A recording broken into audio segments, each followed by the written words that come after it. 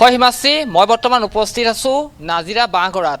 আৰু নাজিৰা বাঁহগড়াত যিটো rail line Dikhow বাঢ়নি পানীয়ে উটুৱাই নিছিলে আৰু সেই স্থানত মই বৰ্তমান উপস্থিত আছোঁ। পোনে পোনে সতীৰ্থ সৌৰভমণি কাকতিয়ে দেখুৱাব ইয়াৰ পৰিৱেশখিনি।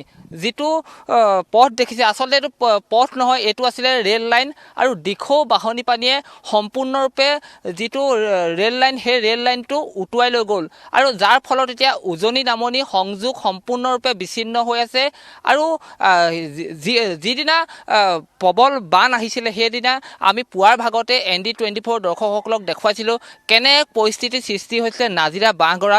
আৰু নাজিৰা বাঁহগড়াৰ যিটো ৰেল লাইন, আৰু সেই ৰেল লাইনটো যদি আপুনি চাই সম্পূৰ্ণৰূপে পথাৰত পৰি আছে। আৰু এই মুহূৰ্তত ৰেলৱে বিভাগে কিন্তু দেখিবলৈ পোৱা গৈছে যে অতি তীব্ৰতাৰে কাম কৰি থকা দেখিবলৈ পোৱা গৈছে। আৰু 10-15 দিন লাগিব বুলি কৈছে। আমি ৰেল বিভাগৰ লোকসকলৰ সৈতে কথা পাইছিলোঁ আৰু 10-15 দিনৰ পাছত তেওঁলোকে ৰেল চলাচল সুবিধা কৰি দিব বুলি কৈছে। আৰু এক ভয়ংকৰ পৰিস্থিতিৰ সৃষ্টি হৈছে সমগ্ৰ শিৱসাগৰ জিলাখনত। কেনে পৰিস্থিতিৰ সৃষ্টি হৈছে আমি পুৱাৰ ভাগৰ পৰা দেখুৱাই আছোঁ ND24 দৰ্শকসকলক। আৰু দেখিবলৈ পোৱা গৈছে সম্পূৰ্ণৰূপে ৰেল লাইনটো প্ৰায় 1 কিলোমিটাৰ, নাজিৰাৰ পৰা বৰতললৈকে প্ৰায় 1 কিলোমিটাৰ যিটো ৰেলপথ, আৰু ৰেলপথটো সম্পূৰ্ণৰূপে এনেধৰণে পথাৰত খহাই দিলে। আৰু যিহেতু দিখৌ বাঢ়নি পানীয়ে যিটো ৰূপ লৈছে, ভয়ংকৰ ৰূপ লৈছিলে বুলি ক'ব লাগিব হিমাশ্ৰী, সেই ভয়ংকৰ ৰূপৰ ফলতে কৈছে যে যেতিয়া পানী আহিছিলে, প্ৰবল সোঁত বৈছিলে, সেই সময়ত কিন্তু 5 মিনিটৰ আগতে ইণ্টাৰচিটিৰ ৰেলখন পাৰ হৈ গৈছিলে। ভাগ্য ভাল বুলি ক'ব লাগিব, বহু লোকৰ জীৱন বাচিলে বুলি ক'ব লাগিব, স্থানীয় লোকসকলৰ পৰা আমি জানিব পাৰিছোঁ। মই পোনে পোনে স্থানীয় লোকসকল আছে, মই তেওঁলোকৰ সৈতেও কথা পাতিবলৈ যত্ন কৰিম। আপোনালোকে সেই সময়ত আছিলে, আচলতে ৰেলপথটো যেতিয়া উটুৱাই নিছিলে, কি দেখিছিলে? সেই সময়ত দেখিছিলোঁ ৰেল লাইনৰ ওপৰেদি মানে অলপ পানী গৈ আছিলে, অলপকৈ পাৰ হৈ গৈ আছে। সেইটো টাইমতে এখন ইণ্টাৰচিটি এক্সপ্ৰেছ আহিছিলে। সেইখন মানে ভাগ্য ভাল বুলি ক'ব পাৰি আৰু। বহুত মানুহ নহ'লে লোকচান হ'ল। প্ৰবল সোঁত আছিলে, তাৰ ট্ৰেইন পাছ হৈছে আৰু তাৰপৰা ৰেল বাগৰি গৈছে, ৰেল লাইনটো বাগৰি গৈছে। কিমান দূৰলৈকে এনেকুৱা হ'ল? এনেকুৱা ইয়াৰ পৰা এতিয়া এইটো 500-600 মিটাৰমান হ'ব। তাৰপৰা আগতো হৈছে এনেকুৱা, প্ৰায় মানে ইয়াৰ পৰা ষ্টাৰ্ট হৈছে আৰু একদম শিমলুগুৰিলৈকে। এতিয়া ৰেল বিভাগে কাম কৰিছে, ৰেল বিভাগে এতিয়া কাম কৰি থকা দেখিছোঁ বৰ্তমান। ধন্যবাদ জনাইছোঁ।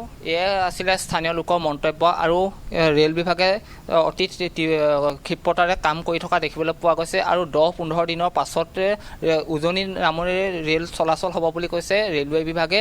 আৰু এনেধৰণে দেখিবলৈ পোৱা গৈছে যি পলায়নকাৰী বান, আৰু বানৰ ফলত সকলো শেষ হৈ গ'ল, শিৱসাগৰৰ সকলো শেষ হৈছে। আৰু এতিয়াও কিন্তু শিৱসাগৰৰ বিভিন্ন স্থানত পানী আছেই।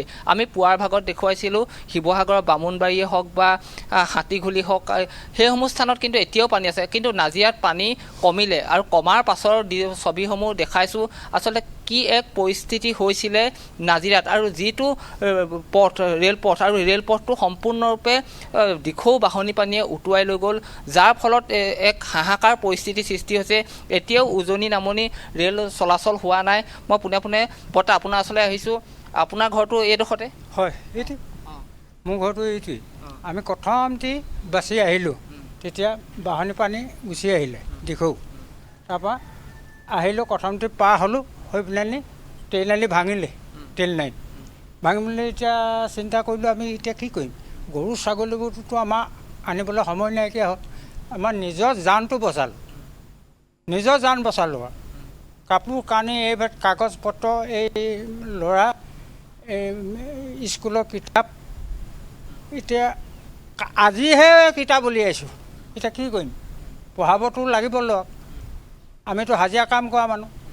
এতিয়া চৰকাৰে কি দিয়ে, সহজেতো কিতাপ পত্ৰটো দিব লাগিব চৰকাৰে, নহ'লে কেনেকৈ পঢ়িব ল'ৰাই। আমিতো হাজিৰা কাম কৰা মানুহ। এতিয়া উপায় নাই, ধান চাউল কুকুৰা হাঁহ চব উঠি গ'ল। এতিয়া আপোনালোকে কেনেকৈ চলিব? এতিয়া কেনেকৈ চলিম, এতিয়া চিন্তা কৰিছোঁ। এতিয়া কি কৰে, কালি 2.5 কেজি চাউল দিলে, দাইল এপোৱামান দিলে, কালি নিমখ চিমখ নাই, পানী বটলো নাই। লোকৰ ঘৰৰ পৰা পানী আনি আমি বটলত ভৰাই আনি খাইছোঁ। কালি এয়া দেখিলেই নহয়, তাতে চৰু পাতিলোঁ, খালোঁ, খাই পিনি এতিয়া ৰাতিপুৱাৰ পৰা একো ভাতেই নাই। এতিয়া কি কৰিম, উপায় নাই নহয়, নিজৰ জানটো বচাব লাগিব মোক। এতিয়া সেই নাতিকেইটা গ'ল পেহীয়েকৰ ঘৰলৈ। মানে এই স্থানৰ আগতে পূৰ্বতে পানী হয় না? পানীটো মই জন্মত যেতিয়াৰ পৰা মই এতিয়া বুঢ়া হ'লোহি, জন্মৰ পৰা মই পানী দেখা নাই। এইটোৱে প্ৰথম দেখিছোঁ, ট্ৰেইন আলি একদম উফৰাই নিয়া। আমি নাই দেখা, পানী নাই দেখা। এতিয়া মোৰ চাইকেল এখন নতুন ল'ৰাটোক লৈ দিছিলোঁ, চাইকেলখনো উটুৱাই লৈ গ'ল। এতিয়া কি কৰিম? এতিয়া মোৰ এতিয়া ডাঙৰ মোৰ নাতি 3টা, এতিয়া ইহঁতৰ পেহীকৰ ঘৰলৈ গ'ল, বোৱাৰী গ'ল। এতিয়া কালি আহিছিলে, আজি নাই অহা। এতিয়ালৈকে আপোনালোক ঘৰত সোমাব পৰা নাই? নাই পৰা, ঘৰততো সোমাব পৰা নাই। এতিয়া কি কৰোঁ, একদম তক্তা পাৰি তাতে শুব লাগিব আমি, ঘৰটোতো এৰি যাব নোৱাৰোঁ।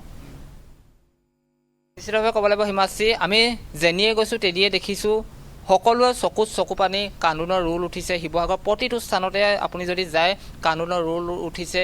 তেওঁলোকে নিজৰ আপোন ঘৰখনলৈ কিন্তু এতিয়াও যাব পৰা নাই। তেওঁলোকে কৈছে যি সময়ত বান আহিছিলে সেই সময়ত তেওঁলোকে ঘৰৰ ভিতৰৰ পৰা যিকোনো প্ৰকাৰে ওলাই আহিলে, আৰু কিন্তু যিসমূহ বস্তু আছিলে বস্তুসমূহ উলিয়াবলৈ সময় নাপালে, আৰু যিসমূহ পশুধন আছিলে সকলো পশুধন কিন্তু দিখৌ বাঢ়নী পানীয়ে উটুৱাই নিলে। আৰু এই স্থানত কিন্তু পূৰ্বতে পানী হোৱা নাছিলে, হঠাতে আহিলে বুলি কৈছে। হঠাতে আহি সকলো বস্তু উটুৱাই নিলে। মুঠৰ ওপৰত এতিয়া ক'বলৈ গ'লে শিৱসাগৰবাসীয়ে সকলো হেৰুৱালে, পশুধন হেৰুৱালে, বস্তু হেৰুৱালে, সকলো হেৰুৱাই এতিয়া দিশ বিদিশ হেৰুৱাবলগীয়া হৈছে। সকলোৱে এতিয়া চিন্তাত পৰিছে, তেওঁলোক আচলতে ক'লৈ যাব, কি কৰিব, কি খাব তাক লৈ এতিয়া চিন্তাত পৰিছে। আৰু যিটো মূল ৰেলপথ আমি দেখুৱাইছোঁ, এই ৰেলপথটো কেনেধৰণে দিখৌ বাঢ়নী পানীয়ে উটুৱাই নিলে সেইসমূহ দৃশ্য ND24 দৰ্শকসকলে দেখিয়ে অনুমান কৰিব পাৰিছে আচলতে কিমান প্ৰবল সোঁত বলিছিলে। আৰু সকলো যিসমূহ ৰেলৰ চিৰি আছে বা পোষ্ট হয় সেইসমূহ কিন্তু সম্পূৰ্ণৰূপে এতিয়া খহি পৰিলে, যাৰ ফলত এতিয়া উজনি নামনি ৰেল সেৱা সম্পূৰ্ণৰূপে বন্ধ হৈ আছে। আৰু ৰেল বিভাগে অতি ক্ষিপ্ৰতাৰে কাম কৰিছে যদিও আৰু কিছু দিন লাগিব বুলি কৈছে, আৰু কিছু দিনৰ পাছতহে কিন্তু উজনি নামনি ৰেল সেৱা সংযোগ হ'ব বুলি কৈছে। আৰু মই পোনে পোনে সেইসমূহ দৃশ্য দেখুৱাইছোঁ, কি এক পৰিস্থিতিৰ সৃষ্টি হৈছিলে সমগ্ৰ শিৱসাগৰ জিলাতে। আৰু শিৱসাগৰত দেখিবলৈ পোৱা গৈছে এতিয়াও কিছু কিছু ঠাইত পানী বাঢ়নী পানীয়ে বুৰুৱাই পেলাইছে, বহু গাঁও এতিয়াও প্লাবিত হৈ আছে, যাৰ ফলত এতিয়াও আশ্ৰয় শিবিৰত আছে। আৰু নাজিৰা বাঁহগৰাৰ কথা যদি আমি ক'বলৈ যাওঁ, নাজিৰা বাঁহগৰাটো কিন্তু এতিয়াও ইয়াৰ যিসকল স্থানীয় লোক আৰু স্থানীয় লোকসকলে কিন্তু এতিয়াও আশ্ৰয় শিবিৰত থাকিবলগীয়া হৈছে, আৰু তেওঁলোকে ঘৰলৈ আহি এতিয়া মূৰে কপালে হাত দিবলগীয়া হৈছে। তেওঁলোকে কৈছে যিসমূহ বস্তু আছিলে সকলো বস্তু শেষ হৈ গ'ল। আৰু আনফালে আপুনি যদি চাই এতিয়া ৰেল বিভাগে অতি ক্ষিপ্ৰতাৰে কাম কৰি আছে, যিটো ৰেল লাইন প্ৰায় 1 কিলোমিটাৰ নাজিৰা বাঁহগৰাৰ পৰা বৰতলৈকে প্ৰায় 1 কিলোমিটাৰ ৰেলপথ, আৰু সেই ৰেলপথটো এতিয়া মেৰামতি কৰি আছে, পুনৰ মেৰামতি কৰি আছে। আৰু প্ৰায় 100ৰো অধিক লোকে কাম কৰি থকা দেখিবলৈ পোৱা গৈছে। আৰু বহু ৰেল বিভাগৰ উচ্চ পদস্থ বিষয়াও আহিছে, আৰু কিছুদিনৰ পাছতহে কিন্তু ৰেল সেৱা মুকলি কৰিব পাৰিব বুলি কৈছে। সম্পূৰ্ণৰূপে শেষ হৈ গ'ল শিৱসাগৰৰ এই ৰেলপথটো, সম্পূৰ্ণৰূপে শেষ হৈ গ'ল বুলিয়ে ক'ব লাগিব, প্ৰায় 1 কিলোমিটাৰ। আৰু এনেধৰণে দেখিবলৈ পোৱা গৈছে সকলোৱে এতিয়া চিন্তাত পৰিছে। বান শুকোৱাৰ পাছত এতিয়া শুকাইছে যদিও সকলো এতিয়া চিন্তাত পৰিছে, আৰু এই মুহূৰ্তত তেওঁলোকে কি কৰিব, ক'লৈ যাব, কি খাব, কি নাখাব তাক লৈ এতিয়া সকলো চিন্তা। হয় ৰূপম, আপোনাক ধন্যবাদ জ্ঞাপন কৰিছোঁ।